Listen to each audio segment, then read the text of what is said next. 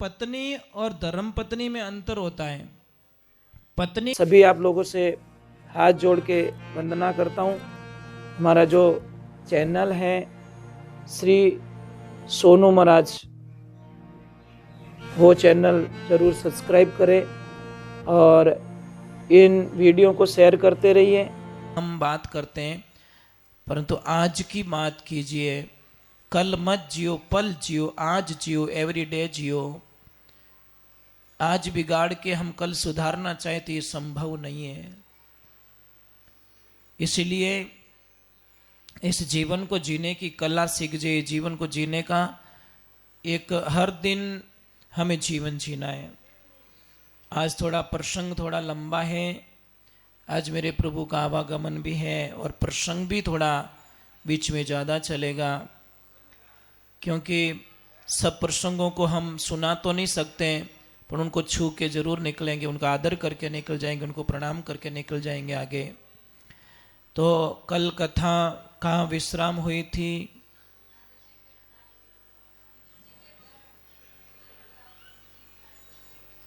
नहीं, वो तो बहुत पहले की बात हो गई। एंड कहाँ पे था? एंड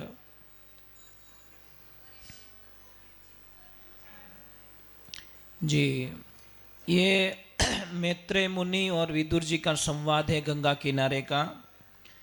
जो गंगा किनारे मैत्रेय जी मुनि को विदुर जी महाराज प्रश्न कर रहे हैं कि हे महाराज, 3 प्रश्न किए गए कि महाराज मुझे बताओ भगवान ये दुनिया क्यों बनाते हैं?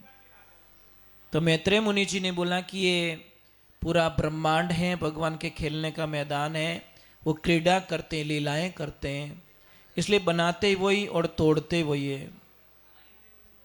देखिए, एक कुमार मिट्टी का बर्तन बनाते हैं, उनको बना देते हैं, परंतु वही मिट्टी का बर्तन वापस टूट जाए तो उसी को वापस प्रोसीजर में डाल के उसी के मिट्टी के बर्तन को दूसरा बर्तन तैयार कर देते हैं। उसी प्रकार हमारी जीवन लीलाओं में भी ये क्रिया चलती रहती है। दूसरे नंबर का प्रश्न किया कि चलो दुनिया बना दी भगवान ने, कोई दिक्कत नहीं, परंतु ये इसमें सुखी और दुखी क्यों है? 2 भाग क्यों बनाए? लोग सुखी भी हैं और लोग दुखी भी है। ये 2 पार्ट्स क्यों बनाए गए? 2 भाग क्यों बनाए गए? दुख तो होता है ना, एक भाई तो राजा बन के बैठा है, दूसरा भिखियारी बैठा है, तो थोड़ा दुख फीलिंग होता है मन के अंदर कि ऐसा नहीं होना चाहिए। नियम तो सबके लिए एक जैसा लागू होना चाहिए, पर भगवान के दरबार में भी एक को करोड़पति बना के बैठाया और एक को रोड पे बैठा दिया। तो देखिए, वापस मैत्रेय मुनि जी इसका उत्तर देते हैं कि जब कोई भी इंसान, भगवान उनको कभी दुखी नहीं करते, ध्यान रखना, भगवान कभी कष्ट नहीं पहुंचाते। राम किसी को मारे नहीं, नहीं हत्यारा राम, अपने आप मर जाएगा वो कर कर खोटे काम। राम किसी को नहीं मारते हैं, अपने कर्म प्रदान होते हैं, कर्म मरवा देते हैं हमको। कहते हैं कि एक कोई कर्मों के आधार पे सुख और दुख मिलता है, ध्यान रखना, कर्मों के आधार पर। तो कोई ग्वाला था, बकरियां चराने वाला, वो बकरी चरा रहा था, परंतु उसकी प्रवृत्ति बड़ी क्रूर थी, वो दुष्ट था। मतलब दया नाम में उसमें कुछ था ही नहीं। मतलब दया क्या होती, उसको कोई मतलब नहीं। बकरी कहीं बेचारी कुछ खा लेती तो बकरी को बहुत पीटता, मतलब दया नहीं आती उसको। तो देख रहे हैं, वो बैठा है, सामने बैठा है, एक हिरणी बच्चे को जन्म दे रही है। तो उस दुष्ट की नजर उस हिरणी पे पड़ गई और जैसे ही बच्चे को जन्म दिया वो दौड़ के गया और दौड़ के जाके उस बच्चे को उठा लिया और हिरणी को भगा दिया। अब बेचारी हिरणी बहुत तड़प रही उस बच्चे के लिए, अपने उस दुष्ट को दया नहीं आ रही है। थोड़ी देर तो उसको उसने लाड लडाया, फिर उठाया और पटक दिया जोर से। बच्चे को इतना जोरदार पटका कि बच्चा जोर से चिल्ला रहा है। फिर बच्चे को पीछे से पकड़ के ऐसे घुमाया, आगे से पकड़ के ऐसे घुमाया। वो हिरणी रो रही है, तड़प रही है, चिल्ला रही है, भगवान को अरदास करी है, मेरे प्रभु मेरे बच्चे को ये मार डालेगा, इस दुष्टि से बचा लिए। कहाँ उसको दया आ रही है महाराज। नवजात शिशु जो अभी अभी खड़ा भी नहीं हुआ, उसको ये यातनाएं दी जा रही है। फिर वो उस बछड़े को क्या बोलता है, बच्चे को क्या बोलता है, बुला तेरे भगवान को कोई हो तो, बचा ले तेरे को मेरे से। और ऐसे करते ही उसने अपने कूंट से अगले पैर दोनों काट लिए उसके। बच्चा चिल्लाता रहा, हिरणी चिल्लाते रही, उसको दया नहीं आई।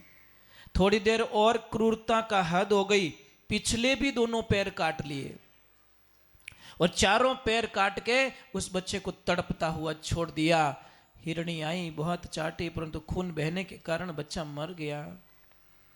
हिरणी ने डायरेक्ट भगवान के पास एप्लीकेशन लगाई, हे प्रभु मेरे बच्चे ने क्या बिगाड़ा, इसने मेरे बच्चे को इस हालत में कर दिया। महाराज भगवान की लीला देखिए, ईश्वर की लीला देखिए, परमात्मा की लीला देखिए। क्या बोलूं मैं, भगवान के घर में देर है अंधेर नहीं है कि भाई निर्बल को मत सताओ, किसी को मत सताओ भाई, कीड़ी को भी मत मारो, अनजान में मर जाए तो वो अलग बात है, परंतु जानते हुए किसी को मत सताओ।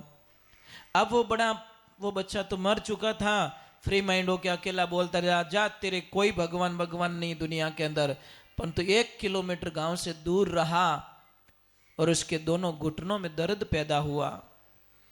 अब इतना जोरदार दर्द हो रहा है कि वो यहां से यहां नहीं चल पा रहा है। थोड़ा सा आगे गया, वो नीचे बैठ गया तो बैठ गया, अभी खड़ा नहीं हो पा रहा है। घर वाले आए, उसको उठाया और डायरेक्ट उसको हॉस्पिटल लेके गए। और हॉस्पिटल ले जाने के बाद में डॉक्टर ने ये घोषणा कर दी कि इसके दोनों पैर काटने पड़ेंगे, भयंकर इसको ब्लड कैंसर हो चुका है और कोई चांस नहीं कि इसके पैर नहीं काटे तो बच पाएगा। घर वालों ने बोला काट दीजिए, फिर क्या करे, मरता क्या करता, बेहोश कर दिया, दोनों पैर काट दिए उसके। सुबह का टाइम हुआ, जब उसको होश में आया तो उसने देखा कि दोनों पैर नहीं है। डॉक्टरों ने बोला भैया क्षमा करना, तेरे पैरों को हम नहीं बचा पाए। उसकी आंखों में आंसू आ गए, वाह भगवान वाह, तूने तो बिल को पेंडिंग रखा ही नहीं, तूने तो हैंड टू हैंड बदला ले रिया रे। पर कृष्णा, मैंने वहां पे कूंट से पैर काट दिए, इधर तूने डॉक्टर से मेरे पैर कटवा दिए हैं, पर इतनी मेरे पे तूने दया की कि मेरे हाथों को बचा लिया। तो भी आधा बिल बाकी है, अभी मेरे हाथ कटने भी बाकी है। मैं तो भगवान को कहता हूं पेंडिंग मत रख, इन हाथों को भी कटवा ले ताकि मेरा प्रायश्चित पूरा हो सके। आइए, अब मैं एक्सेप्ट कर रहा हूं मेरी गलती को। अब महाराज देखो, कोई गलती एक्सेप्ट कर लेता ना, उसके पाप खत्म हो जाते हैं। प्रायश्चित यही है कि आप गलती स्वीकार करो, नहीं मैंने गलती नहीं की, गलती नहीं की, गलती नहीं की। इसी दिक्कत में हम लोग फंसते रहते हैं। अब महाराज उसको छुट्टी देगी और अणकमू आदमी कितो दिन प्यारो लागे, चाहे लेडीज हो चाहे जेंट्स हो, कितना दिन बाला लागो। आप 15 दिन थो बुखार हुआण दो, घर में थो भारी लागो, सबने बोझ लागो। 15 दिन आप सो के देख लो कि मारे तो दिखे ही नहीं, मने तो अंधाड़ी आवे।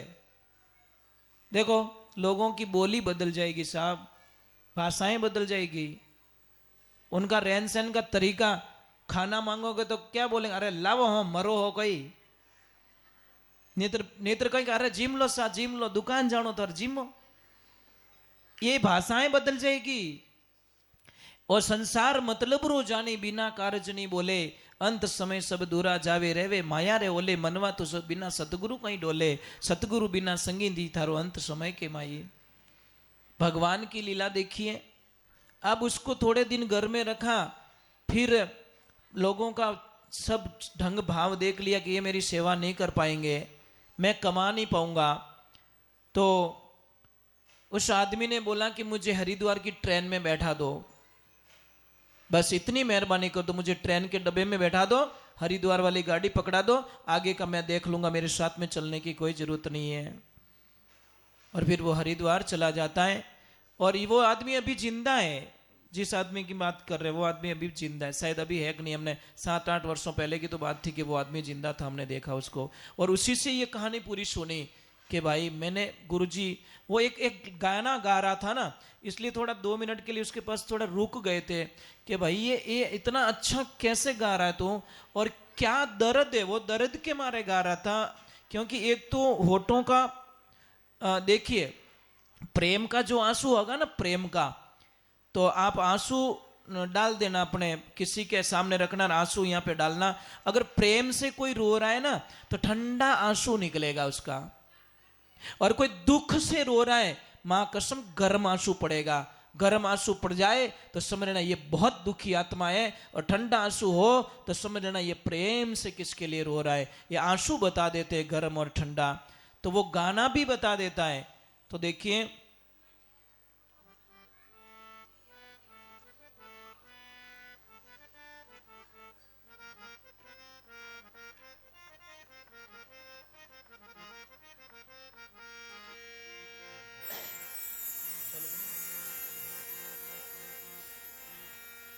वो एक लाइन सुना देता हूं इसकी, फिर आगे कथा में चलेंगे। वो कह क्या रहा है, मतलब हम लोगों को क्या कह रहा है, वो एक लाइन गाता हुआ क्या कह रहा है।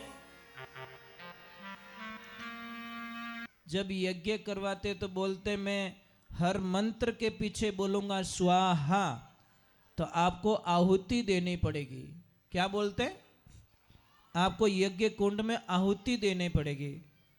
आप लोग बोले महाराज मने तो नींद आवे, थो ही आहुति दे दो पेड़े पेड़े, और लास्ट में बिल बता दीजो। ऐसे थोड़ी होता है क्या? तो हर भजन में आपको परेशान करूंगा मैं। करो ऊपर हाथ करो। अरे मते बांधो इणेरो, करे मारो काम करारो रे मते।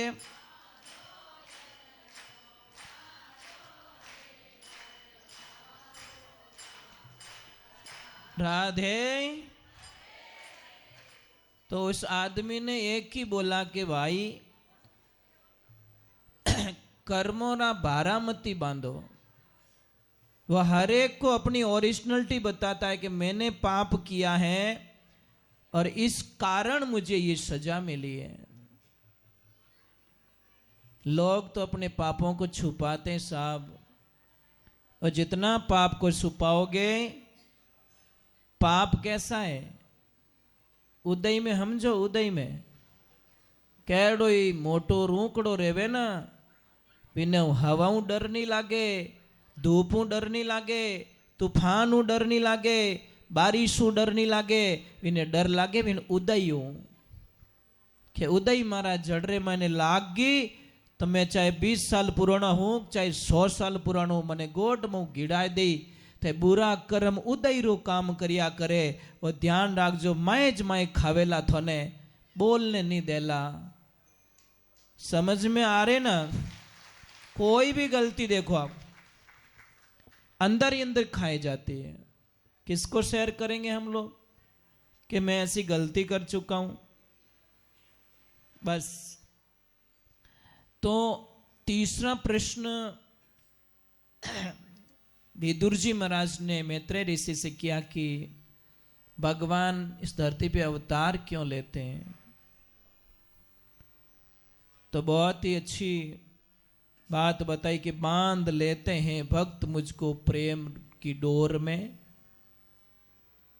प्रेम की डोर में मुझे बांध लेते हैं, इसीलिए बार बार मेरा इस धरती पे अवतार होता है। जिंदगी को समझने की कोशिश कीजिए। फिर वराह अवतार की कहानी आती है।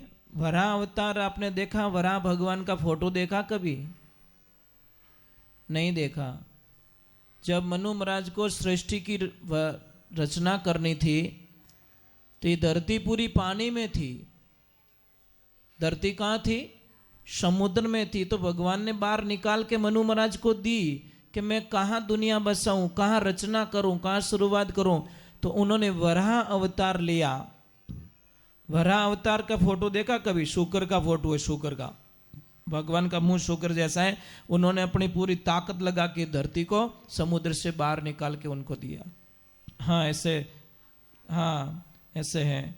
तो वो भी भगवान ने वो रूप बना के धरती को बाहर निकाला समुद्र से और मनु महाराज को दिया। मनु महाराज के 2 पुत्र थे, उत्तानपाद और प्रियव्रत, और उनकी 3 बेटियां थी, आहुति, देहुति और प्रसूति।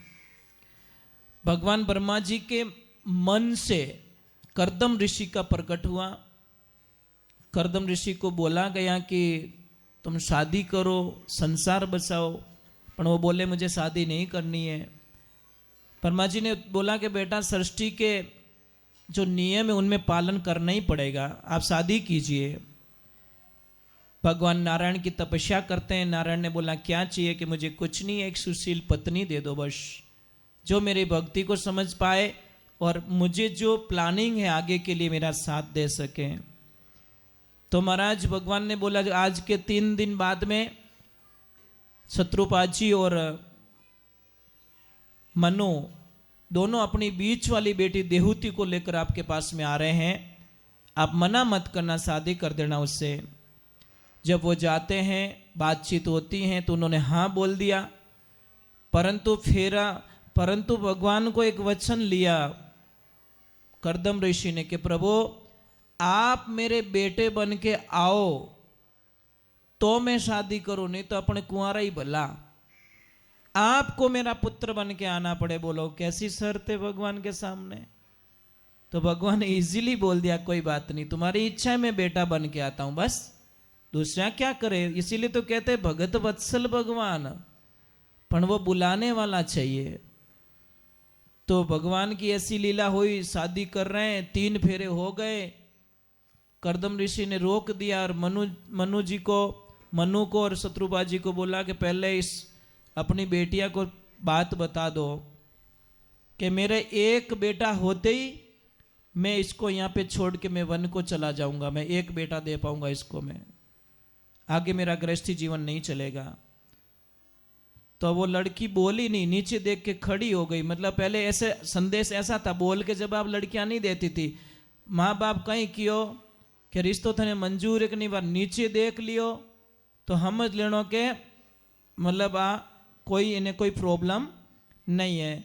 तो वो एग्री थी कि मुझे कोई दिक्कत नहीं है।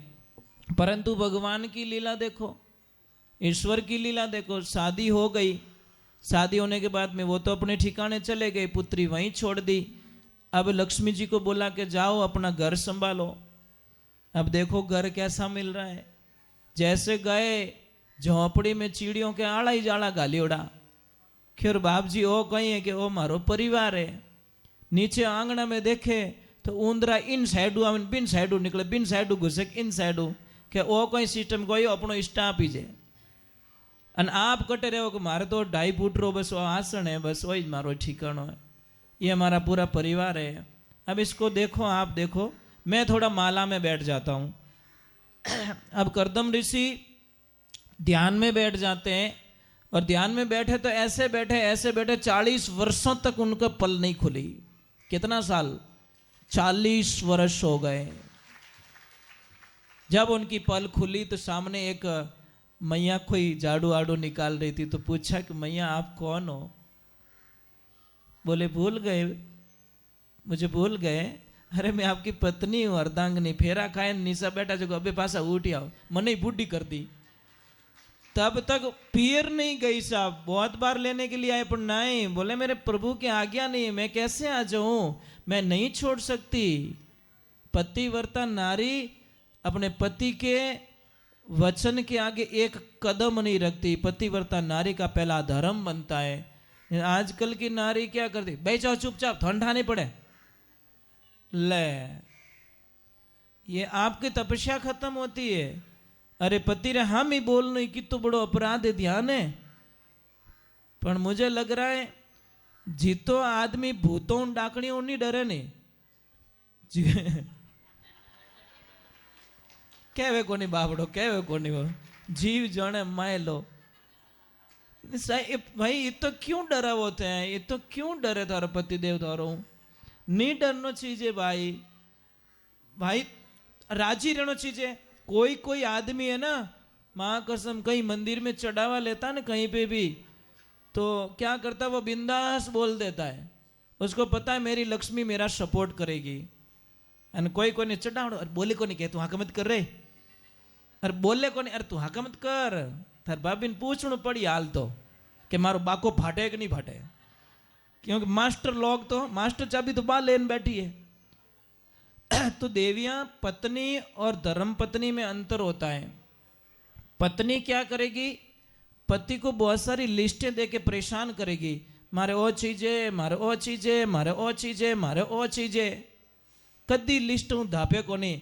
और धर्म पत्नी कभी लिस्ट नहीं पकड़ाएगी, जो मिलेगा संतुष्ट होकर रहेगी। पतिदेव आपकी खुशी में मेरी खुशी हो, मैं आपको तंग करके मैं साड़ी नहीं पहनना चाहती, मैं आपको परेशान करके आपको लेणो करन गहणो मैं पहनना नहीं चाहूँ। पतिदेव थोर मत लेणो कराए दो गहणो मैं पहरूं અને ચેક થોરો બાઉન્સ કરું એડા મારે ગહેણા नहीं चाहिए। पतिदेव मैं थोरो नाम है वही ज मारो ओरिजिनल गहणो है, इनमें कोई शंका नहीं है।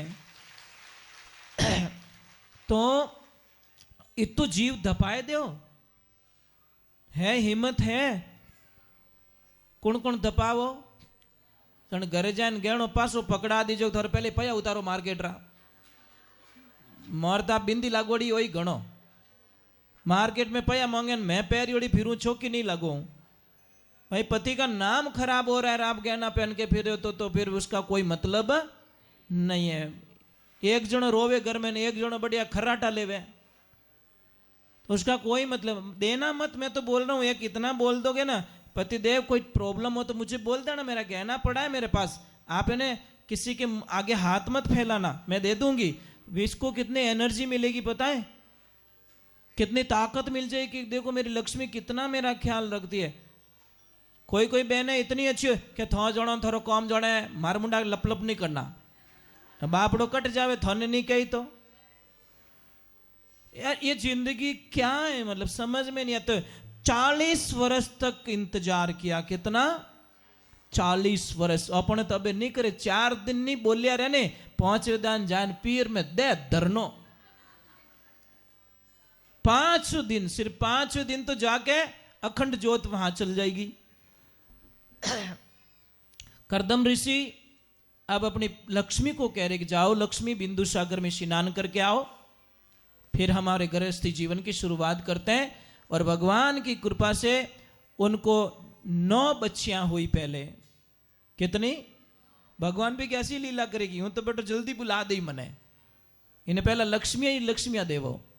9 बच्चियां दी, क्यों वचन दियोड़ो एक बेटा रो, बेटो रही तो छोड़ ही नहीं, जीते छोड़े को नहीं, तो 9 बच्चियां दे दी पहले। तो कितने वर्ष तो ऐसे निकाल के, हर बच्ची के पीछे 3 वर्ष का गैप डाल दो तो 27 साल तो ऐसे निकलवा दिए भगवान ने उनके साथ में। अब भगवान की लीला देखिए। और 10वें नंबर पे भगवान स्वयं कपिल भगवान उनके घर पे जन्म लेते हैं, और फिर बाद में वो तपस्या करने 9 बेटियों की शादियां 9 ऋषियों के साथ में कर देते हैं, और कपिल भगवान को तप करने के लिए छोड़ देते हैं, और वो खुद भी वन को तप करने के लिए चले जाते हैं। बोले कपिल भगवान की। तो उत्तानपाद की 2 पत्नियां, उत्तानपाद सेकंड बेटा मनुबा का, कि जो बेटा था प्रथम बेटा उत्तानपाद, उसकी 2 पत्नियां हैं। एक तो सुनीति, और देखो इन नामों में सुनना, दोनों का जो पहला अक्षर है ने वो सेम है, सुनीति और सुरुचि। तीनों में देखो डिफरेंस क्या आ रहा है। एक सुनीति जो शास्त्रों के अधीन चलती है, पति के अधीन चलती है, और सुरुचि अपनी इच्छाओं से। अब महाराज सुनीति जी को बेटा हुआ ध्रुव जी, और सुरुचि थोड़ी चिढ़ती थी अपनी शौक से, बहुत चिढ़ती थी, तो पति को डिमांड रख ली कि तो आ घर में रेवन के पसे मैं रहूं। और उत्तानपाद की जो विचारधाराएं थी वो सुरुचि की तरफ ज्यादा झुकाव था, बड़ी वाली से बात थोड़ी कम करते थे। तो उन्होंने बोला वैसे इससे तो बातें तो होती नहीं है, ये मेरे दिमाग में है ही नहीं, चलो इसको ही रिजेक्ट कर देता हूं। उसको निकाल दिया, जंगल में चली गई। अब जंगल में जाके तपस्या कर रही है और रोज ध्रुव जी महाराज को सत्संग में ले जा रही है, ऋषि मुनियों की सत्संग सुना रही है। सुनाते सुनाते एक दिन का वक्त आता है, समय पलटी खाता है, महल नजदीक में ही था। तो उसने पूछा कि माँ, मैं कौन और मेरे पिताजी कौन है, ये तो बता दे। तो माँ ने तो बताया नहीं, पर ऋषियों ने बताया कि तुम बहुत बड़े राजकुमार हो, ये राजधानी तुम्हारी है, तुम उनके पुत्र हो। तो उसने बोला, जब पुत्र हूं तो पिताजी से मिल तो सकता हूं ना। तो जैसे ही अंदर प्रवेश हुए, वो तो छोटे बालों की क्या लड़ देना, 5 साल की उम्र है। और जैसे ही लेके गए, वो गया, माँ को तो पता ही नहीं था कि ध्रुव वहां महल में चला गया है। जैसे ही अंदर एंटर हुआ तो उनका पिताजी बैठे थे, भगवान की लीला, गोद में खेलने का मन हुआ। तो सुरुचि वहीं खड़ी थी कि ओए, टच नहीं करने का, यहां बैठना है ना तो मेरी कोख से जन्म लेना पड़ा। जाओ और अपनी माँ को बोलो। माँ के पास में वापस जाता है और माँ को बोला कि वो सेकंड वाली मम्मी ने ऐसे बोला कि मेरी कोख से जन्म लिया। माँ, तेरी कोख से जन्म लेने का ये पाप लगा मुझे कि मेरे पिताजी की गोद में नहीं बैठ पा रहा हूं। तो सुनीति ने क्या बोला कि बेटा जाओ, ऐसा तप करो कि तुम उसकी गोद में बैठो, संसारिक पिता की गोद में मत बैठो, उस परम पिता परमेश्वर की गोद में जाके बैठो, ऐसा तप करो। बच्चे को शब्द लग गया, लागी वे सो जाने गाफल कहीं लाने भाई, ध्रुव प्रहलाद गोपीचंद लागी नरसी मीरा जाई, है ने सुआ ने ध्रुव प्रहलाद गोपीचंद लागी नरसी मीरा जाई। एक शब्द की लागी ध्रुव जी महाराज को राज छोड़ के चले गए। अब जाके ऐसा नारद जी महाराज मिले उनसे, नारद जी ने 12 अक्षरी मंत्र दिया, ओम नमो भगवते वासुदेवाय मंत्र दे दिया और साधनाएं बता दी कि पहले महीने में क्या करना है। पहले महीने में 3 दिन रोटी की खुराक लेनी है, फिर बाद में आपको खाना छोड़ देना है। सेकंड महीने में 6 दिन फल फ्रूट लेने हैं, फिर बाद में वो भी आपको छोड़ देना है। तीसरे महीने में 9 दिन तक सिर्फ पानी पीना है, फिर बाद में 21 दिन आपको बिना पानी रहना है। और चौथे महीने में आपको सिर्फ हवा पे रहना है, सिर्फ हवा का आहार लेना है, कुछ खान पान नहीं होगा। और 5वें महीने में आप अपने खुद की श्वासों के ऊपर कंट्रोल करना है। और वही किया ध्रुव जी ने। पहले महीने के 3 दिनों में उन्होंने भोजन प्रसाद लिया, दूसरे में 6 दिनों में उन्होंने फल फ्रूट का सेवन किया, पत्ते वगैरह वगैरह जो भी खा के। और तीसरे महीने में 9 दिन तक उन्होंने पानी पिया। और चौथे महीने में 12 दिन तक उन्होंने श्वास का उपयोग किया। फिर श्वास के ऊपर धीरे धीरे उन्होंने कंट्रोल करना शुरू कर दिया। एक दिन ऐसा है कि पूरे श्वास को रोक लिया, पूरी ब्रह्मांड की श्वास रुक गई। सारे देवी देवता दौड़ के गए ब्रह्मा जी के पास में और ब्रह्मा जी को बोला, हे ब्रह्मदेव, हमारा श्वास घुट रहा है, हम श्वास नहीं ले पा रहे, क्या हो गया? ब्रह्मा जी बोल रहे, मैं भी कब से गला पकड़ के घूम रहा हूं, मेरे को क्या हो गया? अरे आपको ही नहीं हुआ, हमारे सबको ही हुआ। तो ध्यान लगाया कि ध्रुव जी ने श्वास को रोक के रखा है, पूरी ब्रह्मांड के श्वास को। अब दौड़ के भगवान के पास में गए और भगवान को बोला, प्रभु वो छोटा सा आपका भक्त पूरी दुनिया का श्वास रोक के बैठा है, जाओ और उनको फ्री करो। जब भगवान आए तो 10 मिनट। अब देखो यहाँ पे बहुत ही सुंदर बात लिखी गई है कि भगवान भक्त के दर्शन करने के लिए आए, भगवान को दर्शन देने के लिए नहीं, दर्शन करने के लिए। कौन मेरो भक्त ऐसा है जो पूरे ब्रह्मांड की श्वास रोक के खड़ा है? देखा तो वो एक पैर पे खड़े, एक पैर अपने घुटने पे और दोनों हाथ ऊपर ऐसे बस, और भगवान की छवि अपने दिल में। अब 15 मिनट हो गए, 20 मिनट हो गए, वो तो हिल भी नहीं रहे, आवाज दे रहे तो आगा पाछा भी नहीं हो रहा है। भगवान बोल रहे, अरे मैं नारायण, मैं यहाँ पे आया हूँ तेरे पास में, वो तो हिल ही नहीं रहा है। तो भगवान ने उसके दिल से अपनी छवि को निकाल दिया, अपना जो चित्र था वो निकाल दिया। अब ध्रुव जी तड़प रहे, वो कहाँ गए, भगवान कहाँ गए, भगवान कहाँ गए, भगवान कहाँ गए? इसी तड़प में आंखें खुल गई, यहाँ जो था वो सामने खड़ा है बाहर। यहाँ जो था वो सामने खड़ा है, अब क्या हो रहा है, भगवान उसको देख रहे हैं, वो भगवान को देख रहे हैं, भगवान उसको देख रहे हैं, वो भगवान को देख रहे हैं, कुछ बोलचाल नहीं हो रही, कोई वार्ता नहीं हो रही है। सारे देवता बोल रहे हैं ये कैसा भगत है, भगवान बोलिए कैसा भगत है, इतनी देर तो कितनी चीजें मांग लेता, समय बर्बाद कर रहा है। अब देवता बोल रहे हैं हमें तो मौका मिला होता तो बहुत कुछ मांग लेते हम तो, और ध्रुव जी कुछ भी नहीं मांग रहे, ध्रुव जी कुछ नहीं मांग रहे। तो फिर बाद में लास्ट में उसको चेतन में लाए, और वो शंख था यहाँ पे लगाया तो उसको चेतना आई। फिर बाद में बोलना स्टार्ट किया, प्रभु मुझे कुछ नहीं चाहिए, एक तो साधु संतों की संगति दे दो और एक आपकी भक्ति दे दो, मुझे दूसरा कुछ नहीं चाहिए। महाराज अब एक दूसरे को देख के हंस रहे हैं, ध्रुव जी भगवान को देख के हंस रहे हैं, भगवान ध्रुव जी को देख के हंस रहे हैं। इन दोनों की हंसी देखकर देवता लोग हंसने लग गए।